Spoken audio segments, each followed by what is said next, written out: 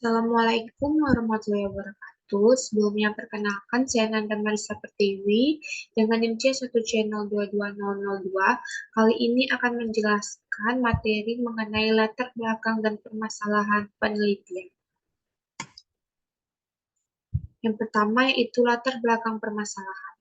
Latar belakang masalah adalah bagian yang menjelaskan topik penelitian yang ingin dibahas dan mengapa memilih topik itu. Latar belakang masalah adalah informasi yang tersusun sistematis berkenaan dengan fenomena dan masalah problematik yang menarik untuk diteliti. Masalah yang terjadi saat harapan ideal akan sesuatu hal tidak sama dengan realita yang terjadi. Tidak semua masalah adalah fenomena dan menarik. Latar belakang adalah salah satu aspek kunci yang kamu butuhkan untuk memperkenalkan pembaca pada topik makalah yang diangkat. Latar belakang penelitian digunakan untuk membuktikan bahwa pernyataan skripsi relevan dan juga untuk mengembangkan skripsi. Banyak yang keliru menyebut antara latar belakang dan pendahuluan. Pendahuluan adalah bab pertama dari suatu karya ilmiah yang menjadi pengantar pembaca untuk dapat menjawab suatu pertanyaan. Sementara itu, latar belakang adalah bagian yang melatar belakangi pemilihan judul serta mengungkapkan landasan pemikiran pemilihan judul makalah tersebut.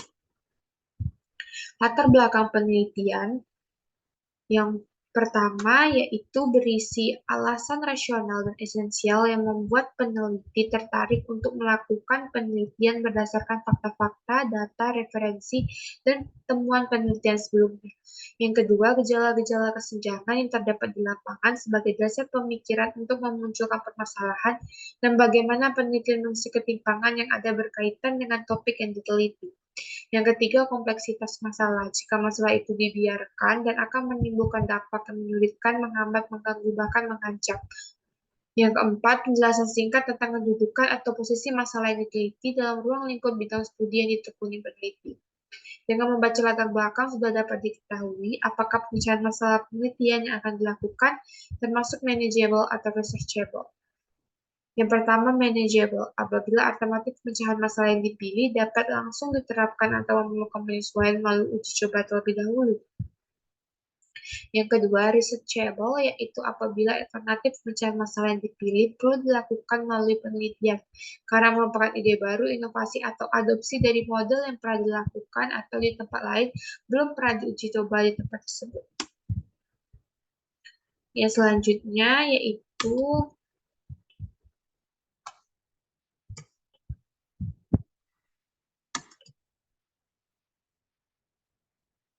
komponen latar belakang masalah.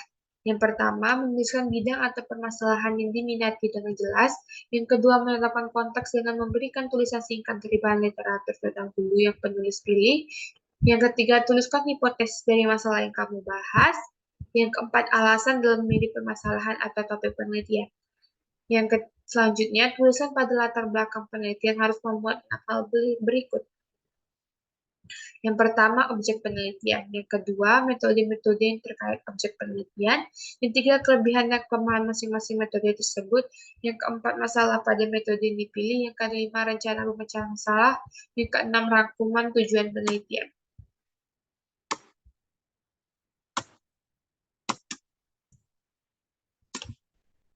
Selanjutnya, cara membuat latar belakang. Yang pertama, bagian awal. Pada bagian awal latar belakang adalah gambaran umum tentang masalah yang akan diangkat. Gunakanlah metode penulisan piramida terbalik. Dengan model piramida terbalik, buat gambaran umum tentang masalah, mulai dari hal global sampai mengusut fokus pada masalah inti, objek serta ruang lingkup yang akan diteliti. Yang kedua, bagian tengah. Pada bagian tengah diungkapkan fakta, fenomena, data-data, dan pendapat ahli berkenaan dengan pentingnya masalah dan efek negatifnya jika tidak segera diatasi. Yang ketiga, bagian akhir. Pada bagian akhir, isi dengan alternatif solusi bisa ditawarkan. Dan akhirnya muncullah judul. Selanjutnya, struktur dari latar belakang. Yang pertama, ada pada bagian pengantar diawali dengan hal-hal yang umum. Yang kedua, berbagai masalah yang mendorong penulis menyusun karya ilmiah. Yang ketiga, perkiraan solusi yang ingin ditawarkan. Empat, struktur latar belakang masalah. Dan struktur latar belakang terdiri dari beberapa hal, diantaranya fakta masalah, fokus masalah, dan penjelasan masalah.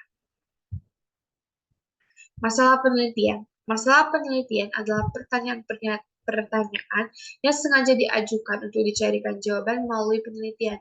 Permasalahan secara faktual dapat berupa kesulitan yang dirasakan oleh orang awam maupun para peneliti. Permasalahan dapat diartikan juga sebagai sesuatu yang mengalami tercapainya tujuan. Permasalahan dapat pula diartikan sebagai sesuatu yang disajikan target yang telah ditetapkan oleh peneliti, tetapi karena suatu hal target yang tidak tercapai. Masalah penelitian adalah suatu situasi yang merupakan akibat dari interaksi dua atau lebih faktor, seperti kebiasaan, keadaan, keinginan, dan sebagainya. Masalah penelitian secara umum dapat diartikan sebagai suatu kesenjangan antara yang seharusnya dengan apa yang terjadi tentang suatu hal, atau antara kenyataan yang ada atau terjadi dengan seharusnya atau terjadi, serta antara harapan dan kenyataan. Permasalahan adalah suatu kesenjangan antara harapan dengan kenyataan,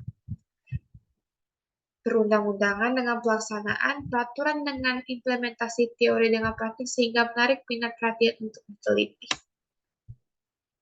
Sumber-sumber masalah penelitian. Yang pertama itu pengalaman pribadi, yang kedua lanjutan atau perluasan, yang ketiga sumber kepustakaan, yang keempat forum pertemuan ilmiah dan diskusi, yang kelima observasi atau pengalaman langsung, yang keenam fenomena pendidikan dalam kelas, luar kelas, dan di masyarakat, yang ketujuh perubahan paradigma dalam masyarakat, yang kedelapan deduksi dan teori. Nah, selanjutnya ke tahapan perumusan masalah penelitian. Yang pertama yaitu latar belakang masalah berupa analisis situasi yang harus menjelaskan mengapa penelitian perlu dilakukan. Yang kedua, identifikasi masalah menjelaskan faktor-faktor yang berhubungan atau penyebab terjadinya masalah. Yang ketiga, pembatasan masalah penelitian berdasarkan justifikasi. Pembatasan masalah adalah memfokuskan masalah dengan formula yang memuat antara lain kelayakan masalah, besar dan luasnya, urgensi, wilayah geografis, karakteristik, faktor-faktor upaya, dan prediksi. Yang keempat, perumusan masalah penelitian bisa dalam bentuk pernyataan. Pada umumnya, mahasiswa peneliti pemula mendapat kesulitan dalam menemukan masalah penelitian. Bagi pemula, pilihan dapat menggunakan langkah-langkah yang dapat mempermudah. Yang pertama, tentukan satu topik. Yang kedua, uraikan topik tersebut ke dalam bentuk pernyataan langkah. Yang ketiga, pilih satu topik dari daftar langkah. Yang keempat, evaluasi. Selanjutnya, ciri-ciri perumusan masalah penelitian yang baik. Yang pertama, kontribusi. Yang kedua, originalitas. Yang ketiga, pernyataan dan permasalahan. Yang keempat, aspek layaknya atau feasibility. Salah satu ciri masalah yang dapat memberikan kontribusi. Yang pertama yaitu pengembangan teori baru, perbaikan metode, manfaat, dan implikasi aplikatif. Dan yang kedua yaitu bukan merupakan pengulangan terhadap penelitian, disebut originalitas apabila bukan merupakan pengulangan.